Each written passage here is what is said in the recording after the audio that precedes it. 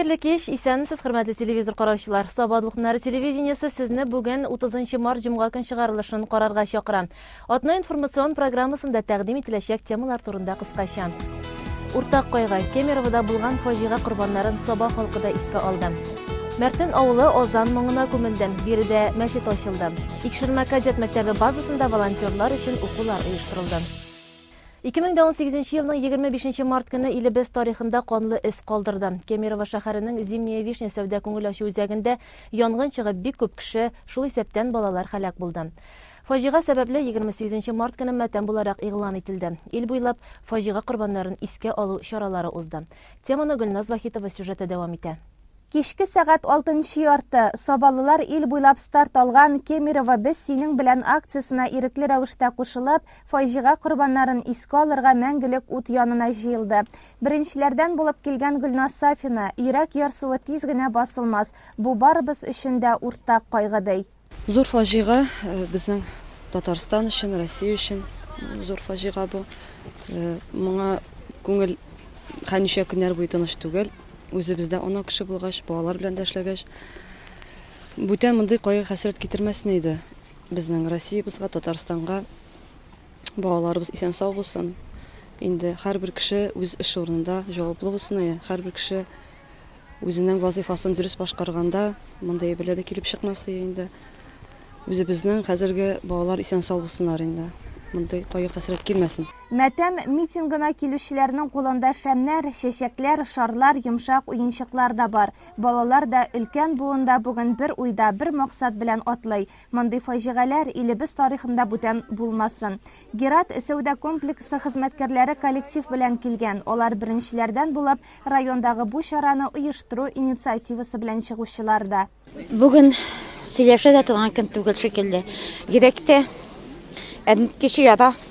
Без белмәгән күрмәгән кешеләр булса да, балаларыбыз булгач, үзебез шундый язмыш кичергә насыйп булмасын дип, урыннары җәннәттә булсын дип, Кемерово халкына нәрсә белән дә булса да ярдәм итәрлек кеш булсын дип, без бүген Саба халкын җыйнау өчен, бергә булганда җиңелрәк, рәхәтрәк булсын өчен, Кемерово халкы шушыны ишетеп, белеп, бәлки күктә күргән шарларыбыз безгә ярдәмгә итеп, башкача мондый хәл кабатланмасын дип, без бүген иртә белән Герат сәүдә үзәгендә кызлар барыбыз да бергә эшләүчеләр җыйналып, нәрсә дә булса эшләргә кирәк иде дигән теләкләрне белдереп, иртә белән текстлар язып, бөтен Саба халкына шуны тараттык. Акцияга җитәкчеләр дә кушылды. Район башкарма комитетының аппарат җитәкчесе Марат Каримов, башкарма комитет җитәкчесе урынбасары Илнур Кудусов та мәңгелек утка чәчәкләр салдылар. Бүгенге көндә һәрбер кеше бу Кемерово шәһәрендә булган фаҗиганы белеп, бөтен Россиядә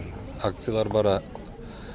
Шушы фаҗигада үзләренең тормышларын калдырган балалар, сабыйлар, өлкән яшьтәге кешеләр, алар барсы да инде бүгенге көндә безнең күңелләребезне яндырып тора. Россиядә дә бүген матәм көне буларак инде без менә шушы үзебезнең районыбыз халкыбыз белән Кемерово шәһәре кешеләренә үзебезнең теләктәшне белдерәбез инде. Аларның авыр кайгыларын уртаклашабыз һәм нык булырга чакырабыз. Бу әлбәттә инде күп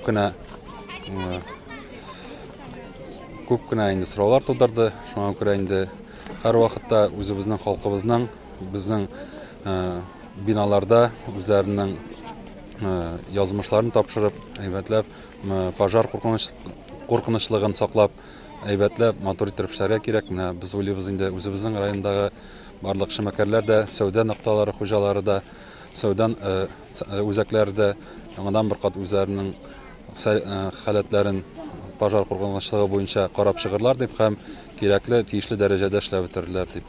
Иң аянычлысы һәлак булучылар арасында балалар бик күп. Язгы каникулның фаҗигале төстә башланачагын беркем көтмәгән иде. Куркыныч, бәлки аңлыйсың бит инде, кемнеңдер ата-анасы менә баласы өенә кайтып кермәй, әбиләре, бабалары үзләренең оныкларын бүтән уба алмыйлар, кочаклый алмыйлар. Бик кызганыч, кайбер кешеләр bütün семьяларын югалтканнар, менә аларга бик авыр да. Куркыныч мондый ниләр, траурлар бүтән тормышта булырга язмасын. 1 сәгать дәвамында мәңгелек уттан кеше өзелмәде. Кайгыны барлык ил халкы бердәм булып күтәрде. Искә алып 1 минутлык тынлык игълан ителде. Һавага гомерләре вакытсыз өзелгән балаларның җанын символлаштырган ак шарлар очты.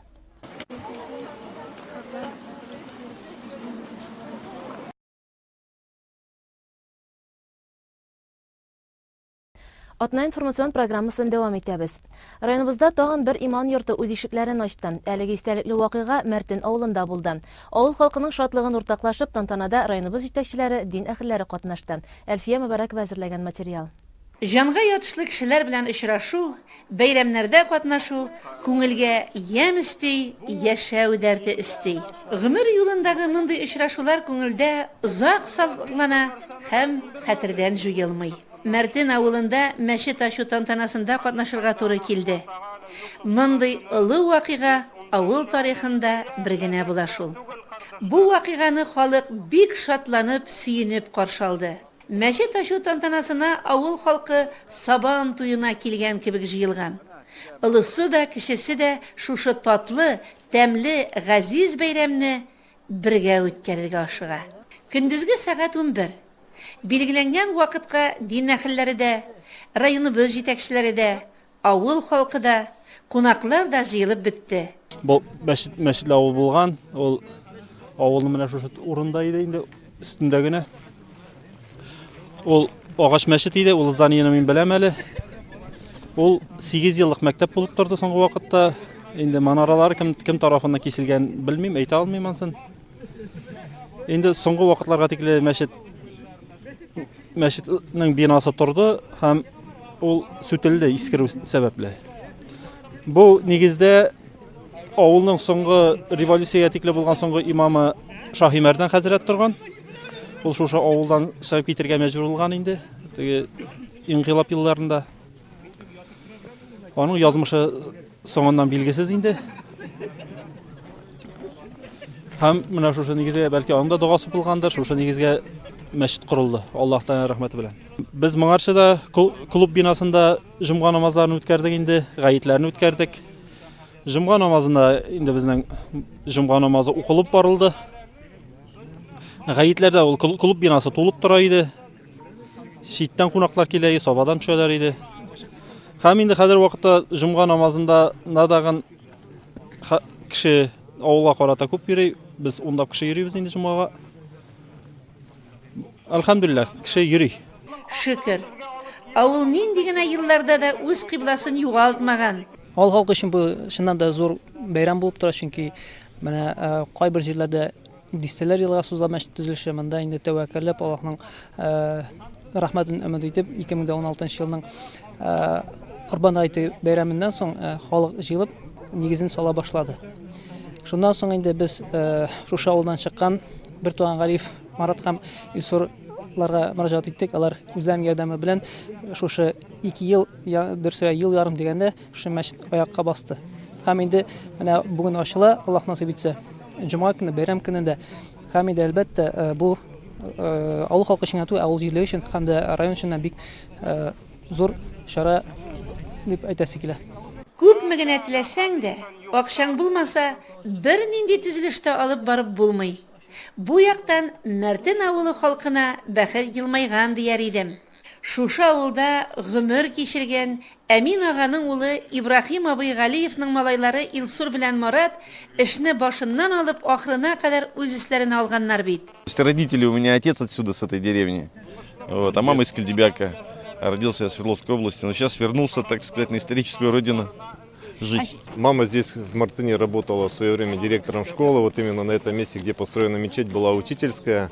Здесь была школа напротив. Отец здесь учился. Дед после войны с бабушкой здесь жили недалеко. Так что это наша, как сказать, историческая родина, деревня Мартын. То, что сейчас идет строительство и возрождение деревень, и районов, строятся и спорткомплексы, мечети, это все, что говорит о возрождении, моральном, нравственном, духовном возрождении как и старшего, так и младшего поколения.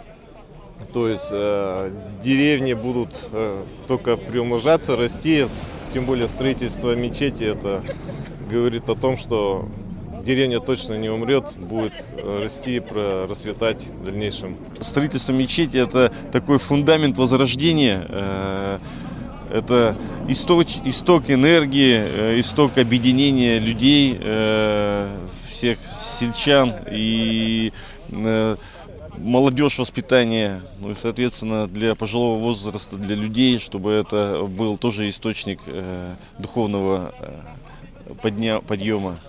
Мәртин авылы егете, бойлар сабасында яшәүче Илдус Кәримовның күңеле гел дә шушы авылда кебек.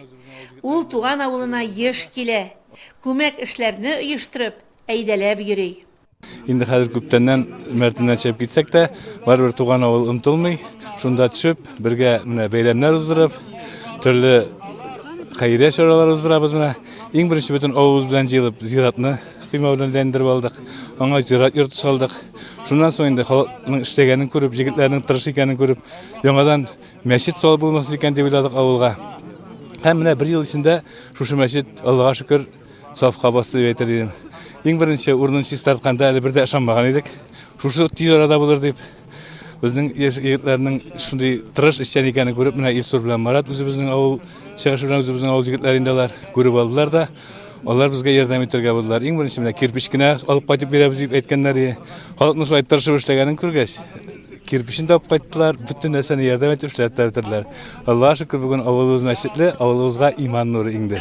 Шушы авыл егете Күкмара районының Байлангар авылыннан килгән Татарстанның ат казанган укытучысы Хатмулла Ваказовны очратабыз. Бу минем туган авылым. Бу авылны мин бик яхшы беләм, чөнки чыгып киткәнгә шактый еллар булса да инде. Бик тарихи авыл, 300 еллап тарихы бар инде авылыбызның. Авылыбызда менә мәчет бар, моннан ерак түгел урында. Ул инде 30-нчы елларда манарасы киселгәннән соң 8 еллык мәктәпнең бинасы булып хезмәт итте. Һәм соңыннан инде искерү сәбәпле сүтелде. Безнең авылыбыз үзенең авыл советында булган, үзенең мәчетләре булган инде, мәчете булган, бер мәхәлләле авыл булган инде. Менә яңадан шушы нур иман кайта авылыбызга, без моңа бик сөенәбез. Мин инде бик зур рәхмәт әйтсем килә менә иганәче егетләргә, авылдашларыбызның бердәмлегенә, аларның тырышлыгына, бердәм өмәләр ясап, шушындай билгеле иганәчеләрнең зур ярдәме белән эшләделәр. Авыл халкы бик бердәм. Без зират кыймаларын да әйләндереп алдык инде. Бергәләп көч белән менә Мәртин халкының шундый сыйфаты бар аның. Мин моңа бик шатланам һәм горурланам. Алар бөтен эшне бердәм эшлиләр. Бүгенге мәчет ачу тантанасы да бик зур вакыйга. Мин дә авыл иманлы булыр дип уйлыйм. Киләчәктә тагын да авылыбызда эшләр гөрләп барыр, авыл зурайыр, моторланыр. Һәм инде бөтен авылдашларыма һәм райондашларыма уңышлар телим. Иман нуры чәчсен бу мәчет һәм озын гомерле булсын. Тантананың төп өлешенә вакыт җитте. Татарстан Республикасының баш казые Җәлил хәзрәт Фазлыев Мәртин авылы халкын кайнар тәбрикләгәннән соң сүз Саба муниципаль районы башлыгы урынбасары Расих Закирҗановка бирелде. Расих әфәнде шушы авыл халкын мәчет ачылу тантанасы белән ихластан тәбрикләде.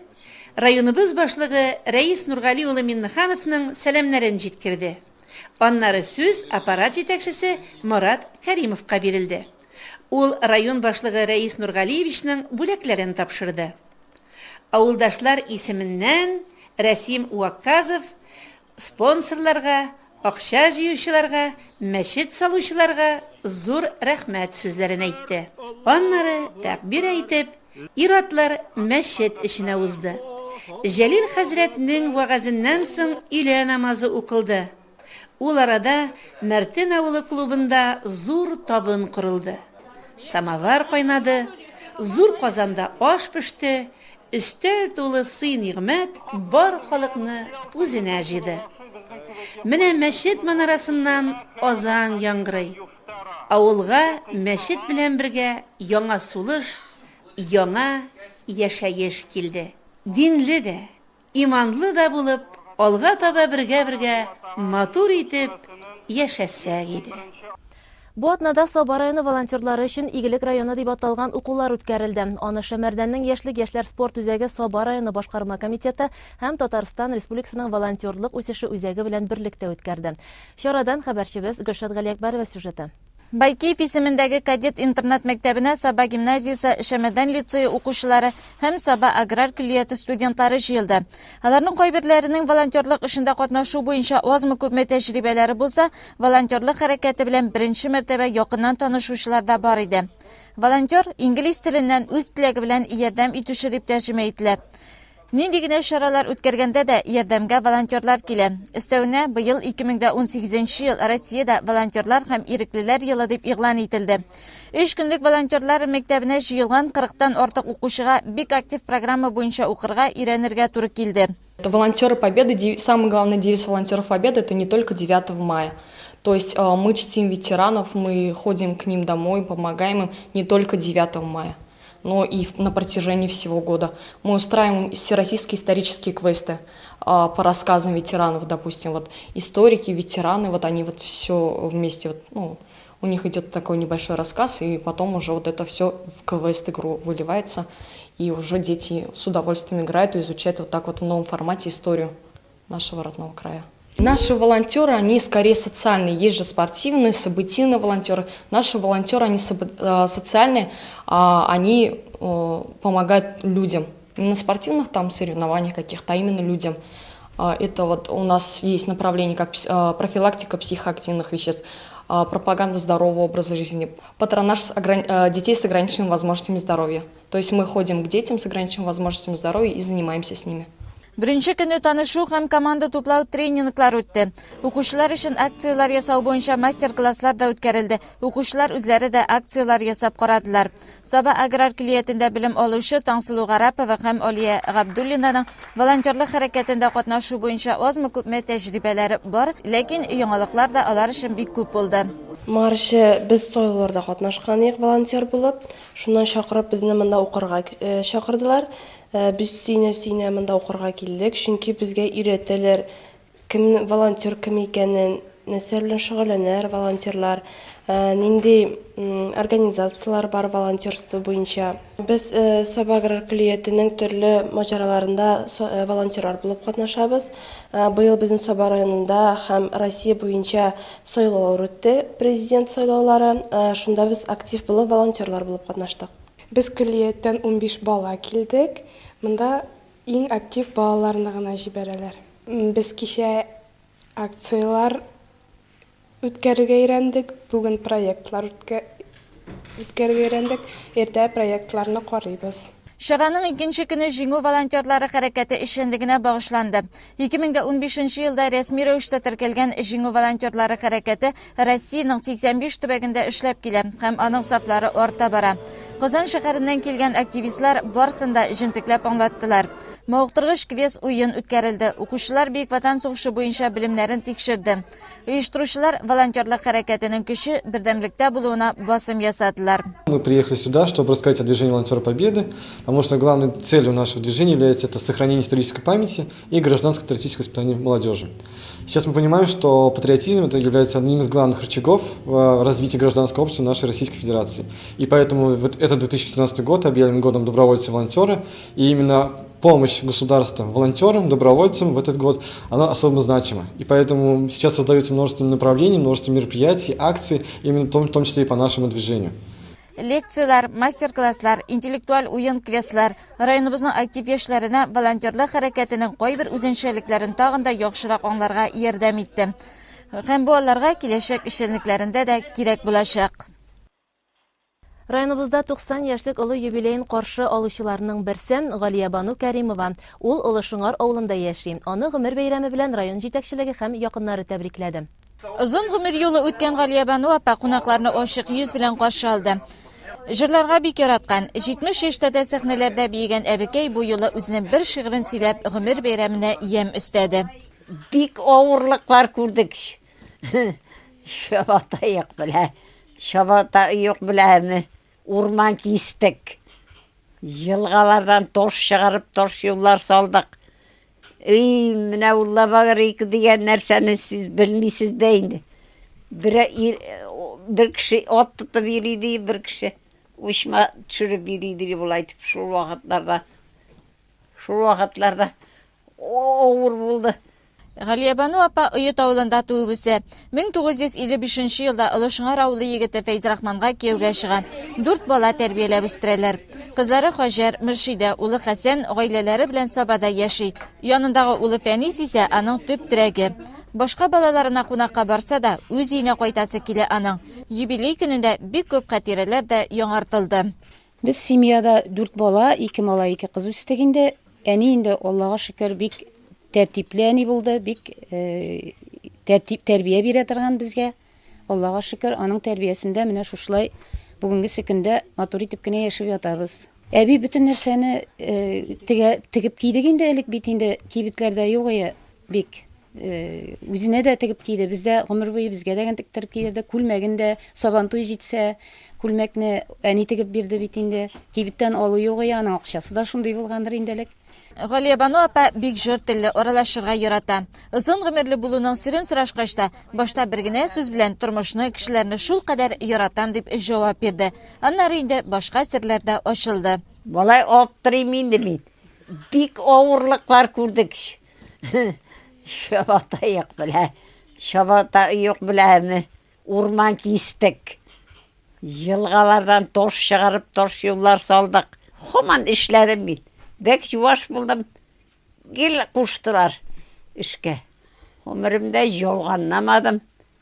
Бер кеше белән сүзләшмәдем. И яраттым кешеләрне. Әни булган үй һәр вакыт нурлы, җылы, якты. Әни дип әйтер кешең булу бик зур бәхет юбилярның балалары да. Икесенекедә булган, малай кеше булгач, әти янда булганмындыр инде, әллә күпчелегрәк инде. Бар әни сүздә керде, әни сүзен тыңладык инде күпчелек тәрбия итеп, инде кайсының вакыты булды безнең тәрбияләргә шулай булдылар. Бик яхшы тәрбия бирделәр. Икесеннән дә өлешләре бик зур. Менә безне шушы көнгә җиткерделәр. Яри әти мәрхүм инде хәзер. Әле һаманда менә улым дип эндәшергә әни бар, безнең әни дип эндәшергә әни бар әле. Без электән әни белән бик якын, ул мине гел үз кызы шикелле итеп кабул итте инде. Менә 27 ел була инде.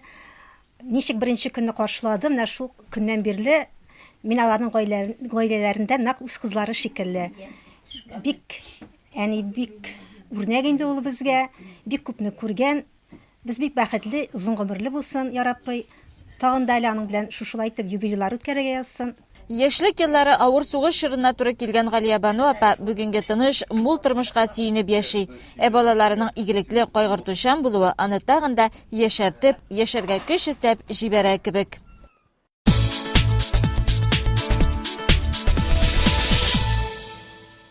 22-24 март көннәрендә Бойлар сабасында РСФСРның һәм ТАССРның атказанган урманчысы, почет билгесе һәм Октябрь революциясе орденнары кавалеры Нургали Минниханов истәлегенә бөтен Россия өстәл теннисы турниры булып үтте. Ярышларда Россиянең иң көчле теннис осталарын Татарстан районнарыннан 2005 елда һәм аннан соң туган үсмерләр көч сынашты. Авыл районнары командалары арасында Саба теннисчылары чираттагы җиңүләрен яулады.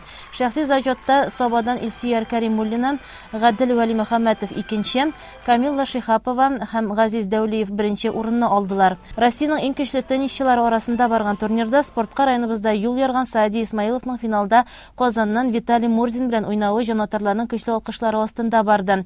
Саади көндәшен 3-0 исәбе белән онтып, мемориал тарихында беренче җиңүен яулады. Казан кызы Анна Блашко мемориалның беренче баскычына күтәрелде. Ул катнаш разрядта да Айнур Сабиров белән уйнап җиңүче булды. Саади Исмаилов парлы разрядта Рафаэль Тимиргалиев белән уйнап 3-нче нәтиҗә күрсәтте. Парлы разрядта җиңүне Тарас Мерзликин һәм Станислав Меркушев яулады. Җиңүчеләрне һәм призерларны юл хәрәкәте минлеге дәүләт бюджет учреждениесе директоры Рифкат Минниханов, Урман хуҗалыгы министры Рауль Кузюров, яшьләр эшләре һәм спорт министры урынбасары Хәлил Шәйхетдинов, ярышларның спонсоры Транслом переработка компаниясе генераль директоры Марат Галиев, башкарма комитет җитәкчесе Марат Ишниязов бүләкләде. 24 мартта Лесхоз бистәсендә шулай ук Нургали Минниханов истәлегенә традицион шахмат турниры уздырылды. Турнирда Саба, Кукмара, Балташ, Биектау һәм Орча, Мамадыш районнарыннан 280-нән артык шахматчы катнашты. Иң яшь шахматчыга 5 яшь иде. Алар Балташтан Раил Мәрданов һәм Шәмәрдәннән Мәликә Гатаулина. Иң өлкән шахматчы булып Лесхоз бистәсеннән Николай Евдокимов танылды. Барлык шахмат ярышларын оештыруда иң актив шахматчы булып Лесхоз бистәсеннән Хәмид Мөхтәсимов билгеләнде. Ярышлар малайлар һәм кызлар арасында төрле яшь категорияләрендә үтте. Җиңүчеләргә дипломнар һәм истәлекле бүләкләр тапшырылды.